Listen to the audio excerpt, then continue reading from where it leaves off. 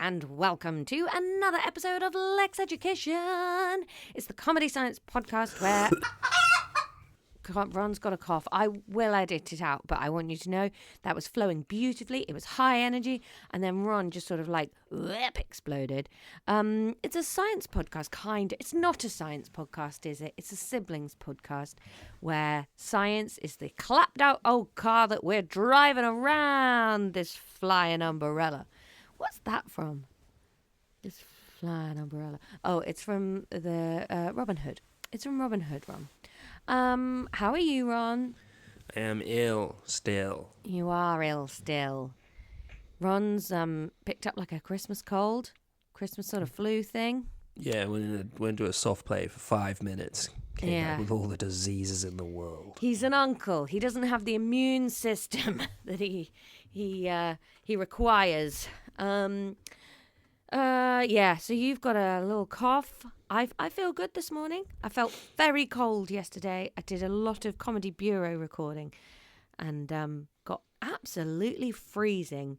But then I warmed up being an absolute savage killer on the plating up video game that Ron and I like to play, and listening to my audiobook, which I've so far been really struggling to get into. But then I think last night sitting for 2 hours and like doing a 2-hour uninterrupted sesh with my audiobook was pretty good.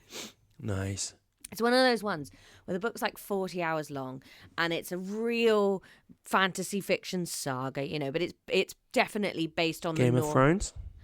No, it's called Wolf of the North, I think. Wolf Hall of the North. Mm-hmm. Interesting. Yeah. So it's all about like a rival royal kingdom that's set up in Cumbria.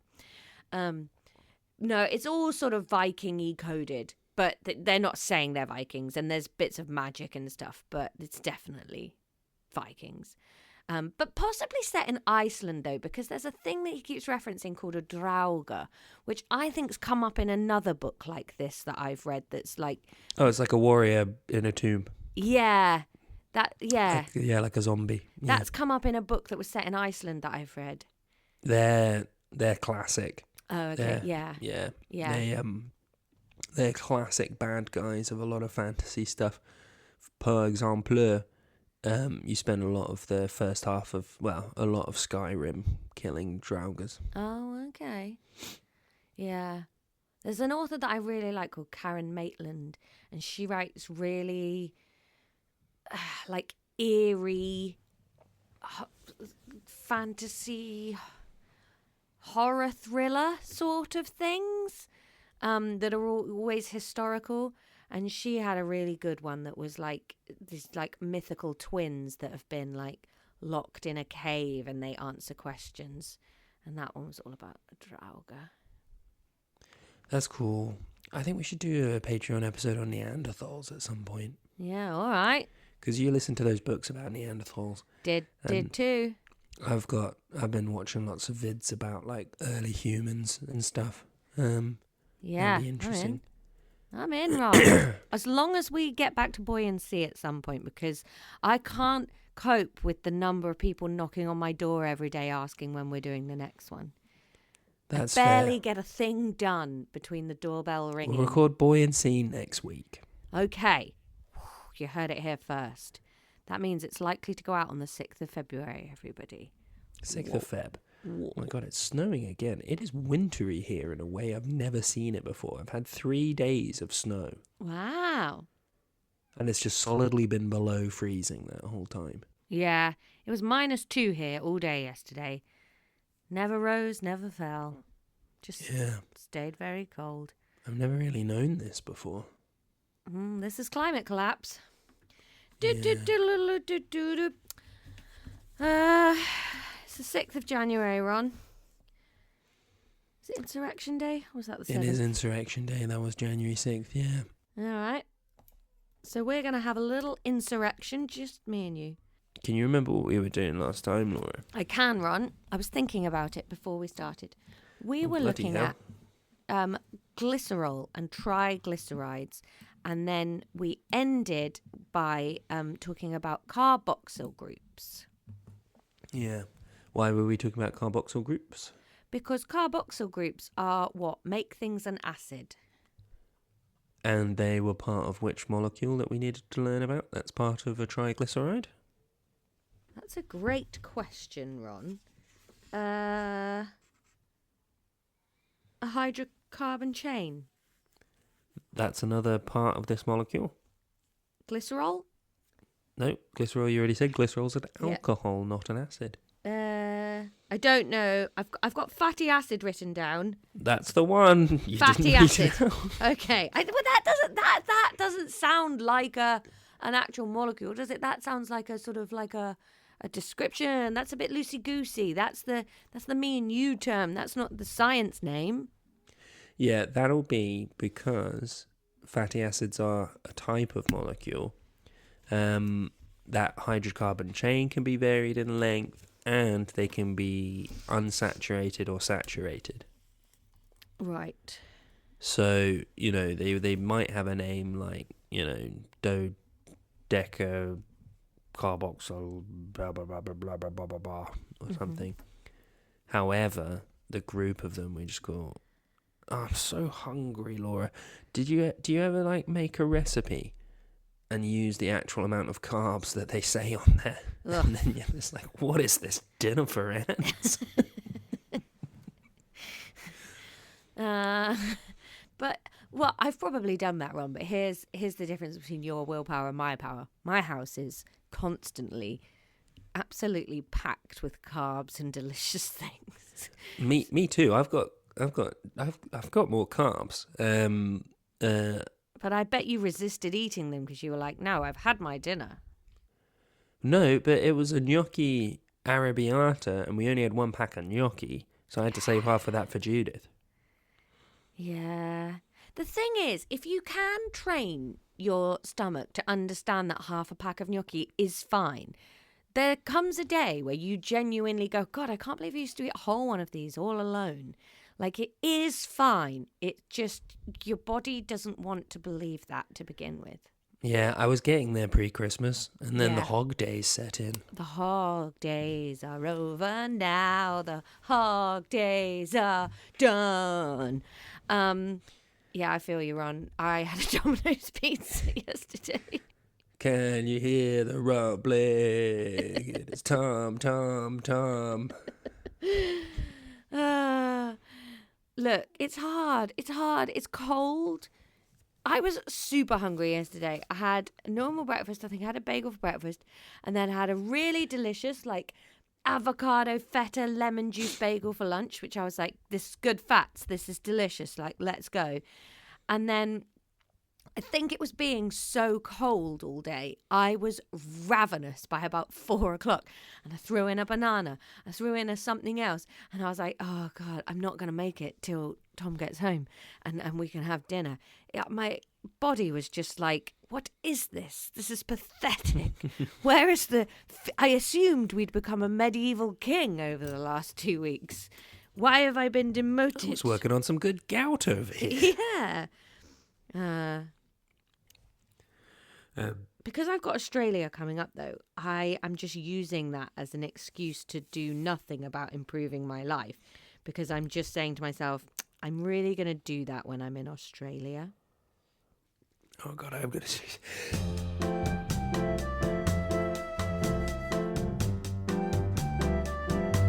Okay, we're back from a small sneezing break there. You might not be. Ron I've got sneezes. a couple more left in the tank. There might be more to come. I'm going to describe what's happening for the listener while I will edit out, obviously, your noises.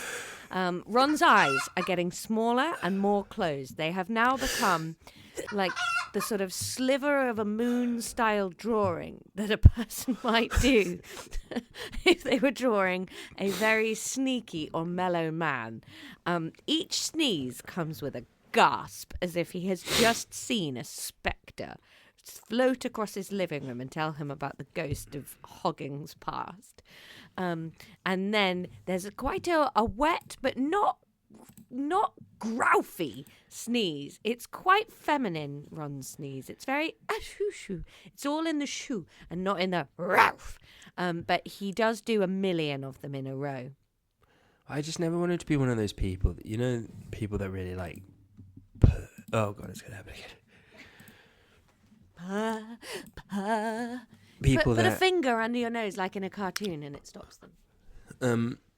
people that like you know some people. Oh God! Every time I won't.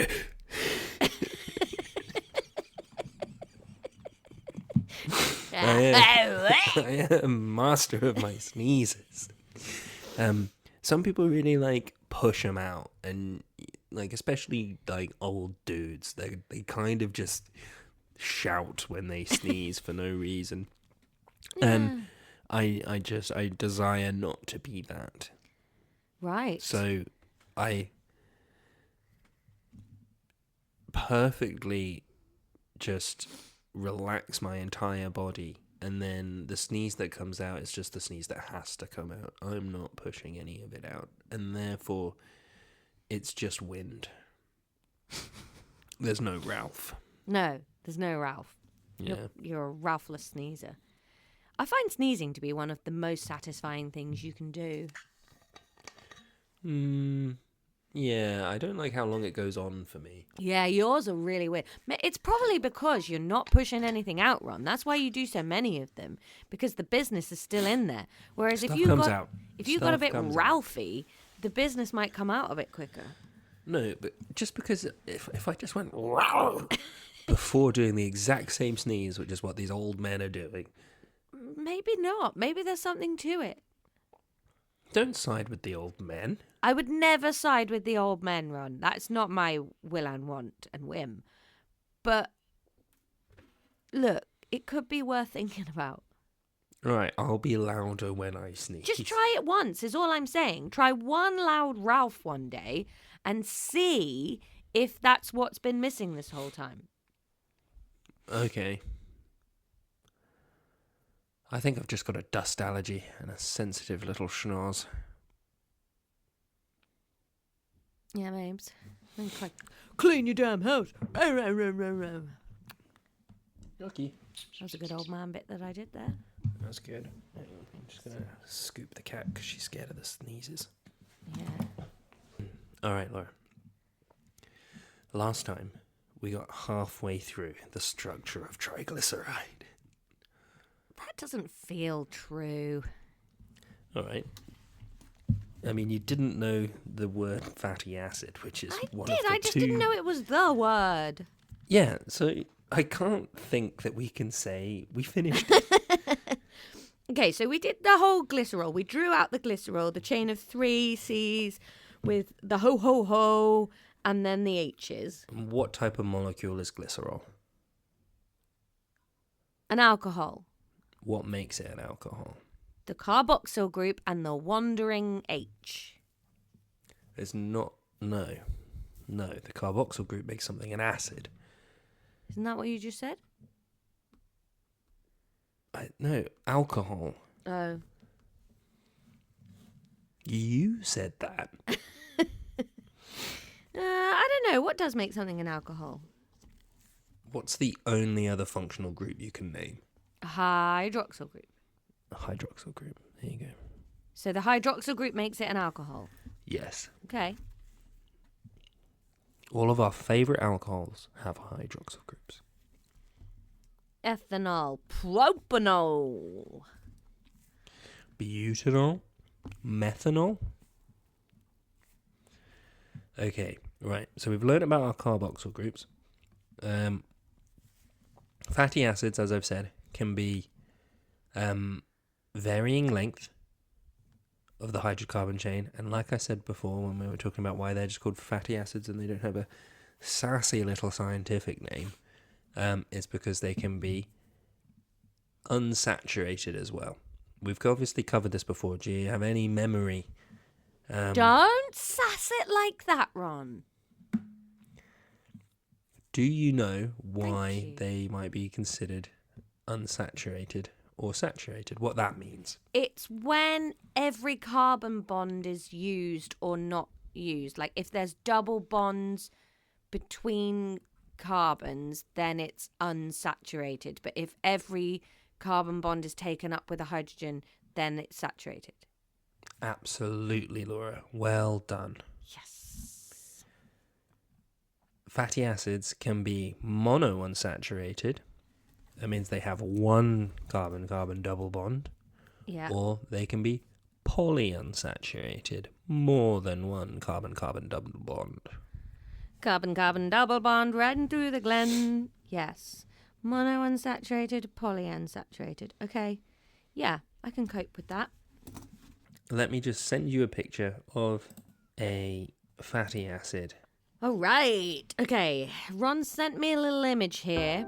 We've got a hydrocarbon chain in the middle of this molecule. It's saturated. Every single carbon's got single bonds out to things. On the right-hand side, we've got a carboxyl group. So the last C on the end, it's double bonded to an O, and then it's got a single bond to an OH group. Pipow. On the left end of the chain, we've got methyl group, CH3, where the carbon on the end there just hooks up with 3 hydrogens. I'm going to send you a thumbs up emoji back, Ron. Lovely stuff. Completed. Okay. What type of fatty acid is that? That is a saturated fat. Absolutely. Now, I'm going to send you a picture of a unsaturated fatty acid. So there's an extra... I just scrolled back to Cecil Tiny Horse. Cecil Small Horse, that's what he was called. Okay, now we're looking at an unsaturated fat, Ron. We've got that methyl group on the end doing its thing. We've got the carboxyl group on the other side. In the middle, we've got another long centipedic chain. But, bam, right in the middle of the chain there, we've got a double bond between 2 carbons. So it goes carbon to carbon, double bond to another carbon, off to the rest of the chain into a single carbon, and there's simply 2 H's coming off those middle 2 carbons. Each one's only got 1 hydrogen. Absolutely. Okay, now, we're going to focus on that double bond for a second, Laura. Yeah, okay. Whoo, it's like Sean Connery and Daniel Craig are just hanging out together, and we're like, what? Recap for the listener, because not everyone can see what we can see. What would your pairing of bonds be? Who would you put together? What, to do sort of like a time travel, they have to solve a case together sort of thing? You know, like a Doctor Who meets another Doctor kind of situation, you know? Bond bumps into Bond. I mean, Connery is the OG, you know. But is he good? I think he was kind of an old fuck. He turned down the role of Gandalf in Lord of the Rings because he didn't understand the script. Did he? Yeah. Wow. It's one of the big Hollywood blunders, like Will Smith turning down Neo in The Matrix to do Wild Wild West. The Wild Wild West. I mean, I know which one I've seen. Have you never seen The Matrix? No. It just looks very blue and dark. It's good. Do you know who makes good choices, though, who's clearly in both of those? That dude with the Elrond. Hugo Weaving. Yeah, him. Yeah. He makes consistently bleak choices about movie scripts. Well, he also was the voice of Megatron in the Transformers films and like signed that contract, I think, before he was like a big star, and then really regretted it when it turned into a massive franchise. Yeah, that doesn't really fit with the rest of his stable of work, does it? No, he used to refuse to go to the studio, just record it all from home and email it in.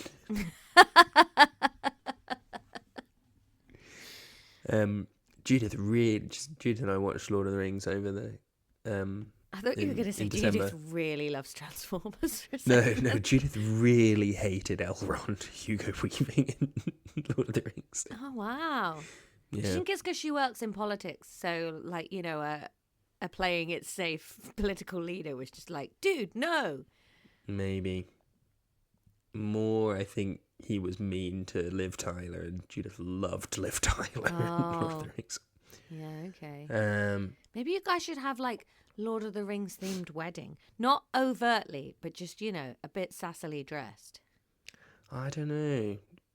Aragorn and Arwen's wedding at the end. Hang on, I have to find this meme now. You'll get this. Oh, okay. So Ron sent me a meme here. Hang on, the door's ringing. Well, I'll tell the listeners about this meme while you go and answer the door. That's podcasting. These two things are the same degree of disappointing, and the girls who know. And then there's Aragorn fighting and Aragorn at his wedding. And then there's Beast and Beast when he's a man. And yeah, you're not wrong there, meme. Nobody fancies Beast when he's a man. Adam? Is he called Adam? I think he's called Adam. Nobody's into that. Whereas actual proper Beast, God, you want to get your fingers in that fur. Aragorn just doesn't look the same clean. You want a bit of wetness to him. He's super hot. For my 17th birthday, I think it was, I I'm back. was gifted by my girlfriends a life-size cardboard cutout of Aragorn. And they gave it to me at college, so I had to carry it round all day. Okay, Ron, we're back. So you're one of the girls that know, right? Yeah. So to answer your original question, would be Daniel Craig. And Roger Moore grosses me out. I think he's disgusting. Brosnan. Ooh. Tummy rumbles. I don't know. Daniel Craig and whoever the new guy's going to be. Oh. A woman. How about that? Won't be a woman. Daniel Craig and Judi Dench. Well, that's just some of the films, isn't it? Yeah. That's happened, Ron. You've had your dream. Yeah, I like those films. Anywho, Laura. So There's a double bond in the middle. there's a double shaken, not shared.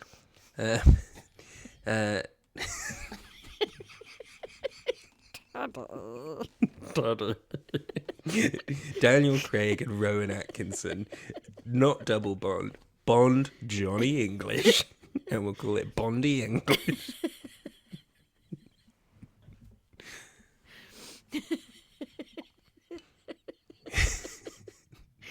Shaken, not stirred. Ridiculous. Anywho, so carbons can form 4 bonds, is what makes them this versatile atom that's the backbone of organic chemistry. Yeah. So when you've got a hydrocarbon chain like that, and 2 of the carbons are double bonding to each other, that's 2 of each of their bonds used up. Then they each have 1 that goes onto the carbon chain in either direction, and then that leaves 1 bond each for hydrogens. Okay? Yeah. So 2 hydrogens over the double bond. These hydrogens can be in one of 2 configurations. They can either both be on the same side, or they can be on different sides. Ooh.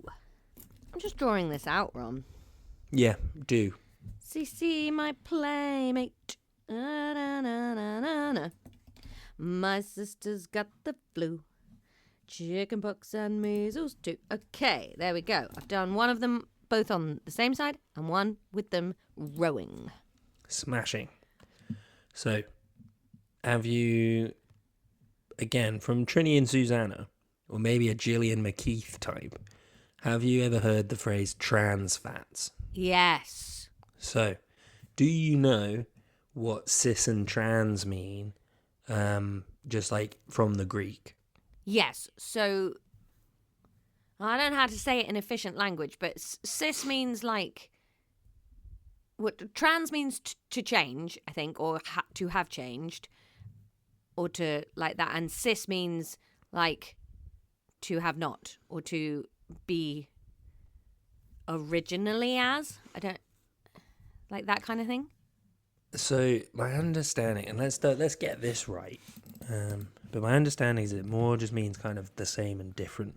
Oh, okay.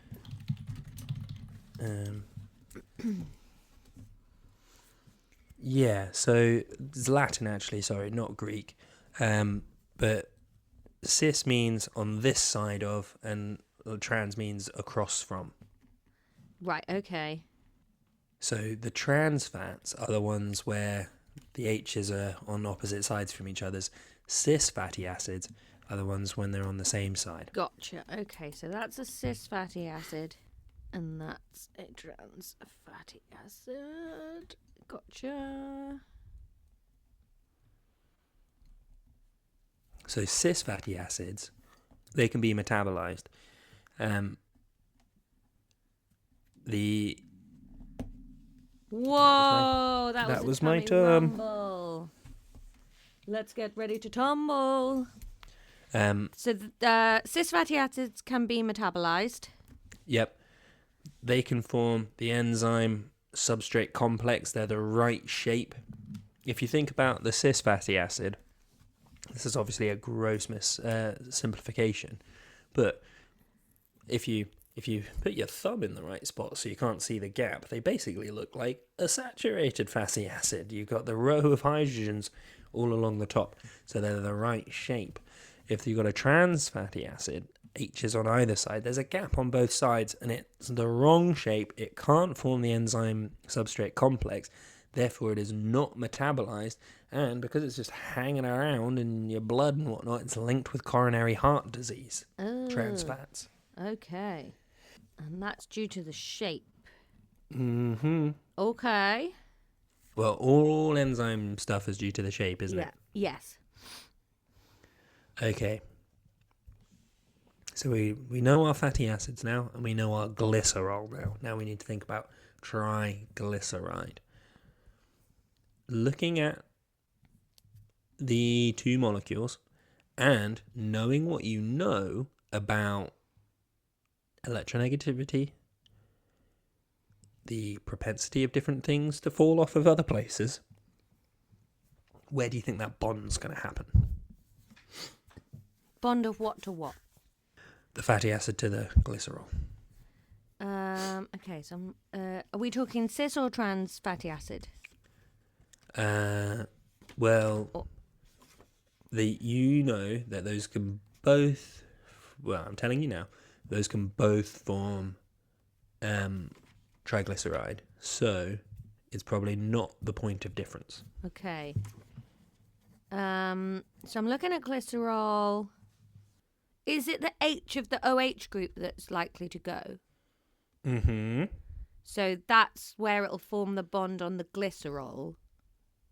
What type of reaction is it when two molecules join together? A condensation reaction. Yes. What is the other product of every condensation reaction? Water. Yep. So if an H has fallen off one of them, what needs to fall off the other one? 2 hydrogens. Not quite. H2. Oh. Yeah. So if an H is falling off of one of them... But there isn't any O on the fat. Look again. On the fatty acid? Yeah. There's no O's. There's 2 O's. I didn't draw any O's. In the carboxyl group. I didn't draw that bit. Why not? Oh, fucking hell. This has all been going so well. That was really good. Because I was just focusing on this bond in the middle. It's barely Insurrection Day and you just did the best learning you'll probably do all year. Yeah. Oh, right. Hang on. Let me draw out a bigger one then with a bit of carboxyl on the end. Oh, bloody hell, Harry. Right. You're doing that. You're doing There that. are no O's in this. I haven't drawn them. Listen up, Buster. Much like how in Magic the Gathering you have to read the whole card, often in organic chemistry you have to draw the whole molecule. Yeah, I forgot that it existed. I forgot that it existed. And I thought that I was clever, but I wasn't. Okay, and then that one That goes out to be the methyl group on the end or whatever. Okay, so, yes, you're right, Ron. I have got the carboxyl group on the end of the fatty acid. Yes. Yes, yes, yes. So,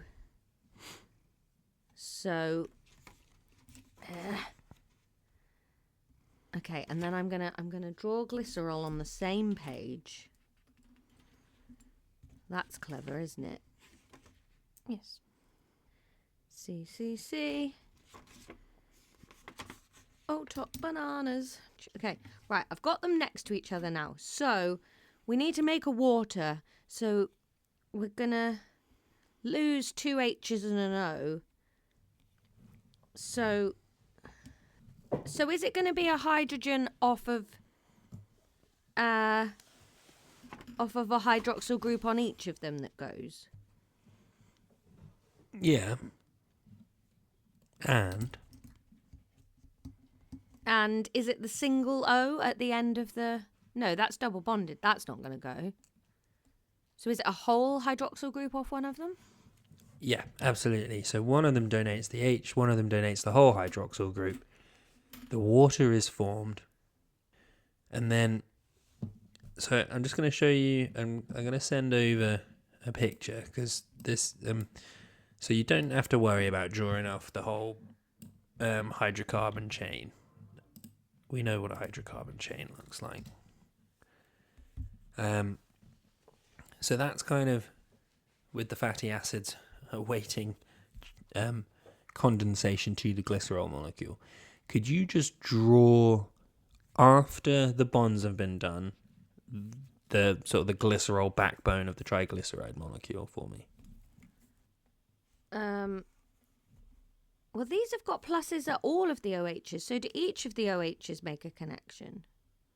Yeah, it's triglyceride. So 3 fatty acids are going to bond to the glycerol. Okay. 3 fatty acids. Okay, so it's still going to be the CCC, but then we're losing, so that's going to be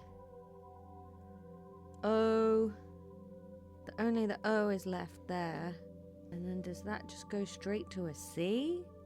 Maybe each of those is double bonded then. No, that doesn't need to be a double bond, because how many bonds does an O have? 2. Yep. They don't need to be double bonds. Like this, Ron? So what I've got is down the right-hand side, the chain of 3 C's, but now each is just going out to a single O with the rest taken up with hydrogens. Then that O onto a carbon that is double bonded to another carbon with also a hydrogen attached, plus 3H2O. So you've gotten rid of too many oxygens from that. So the glycerol came with 3 oxygens, and across 3 fatty acids, you've got 6. You're only ejecting 3. Yeah. So if you think about which bonds are going to be the most stable there, we know that oxygen can pull the electrons far away from hydrogen and from carbon. Those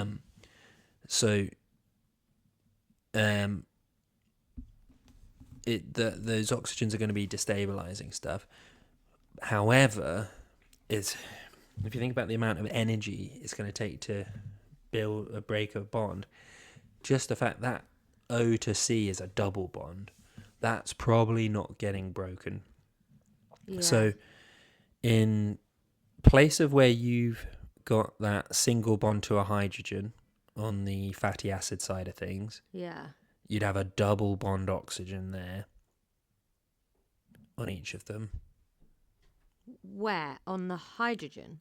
No. On the carbon in place of that hydrogen. So it'd be a single bond out to the carbon. And then a single bond out to the carbon, yeah.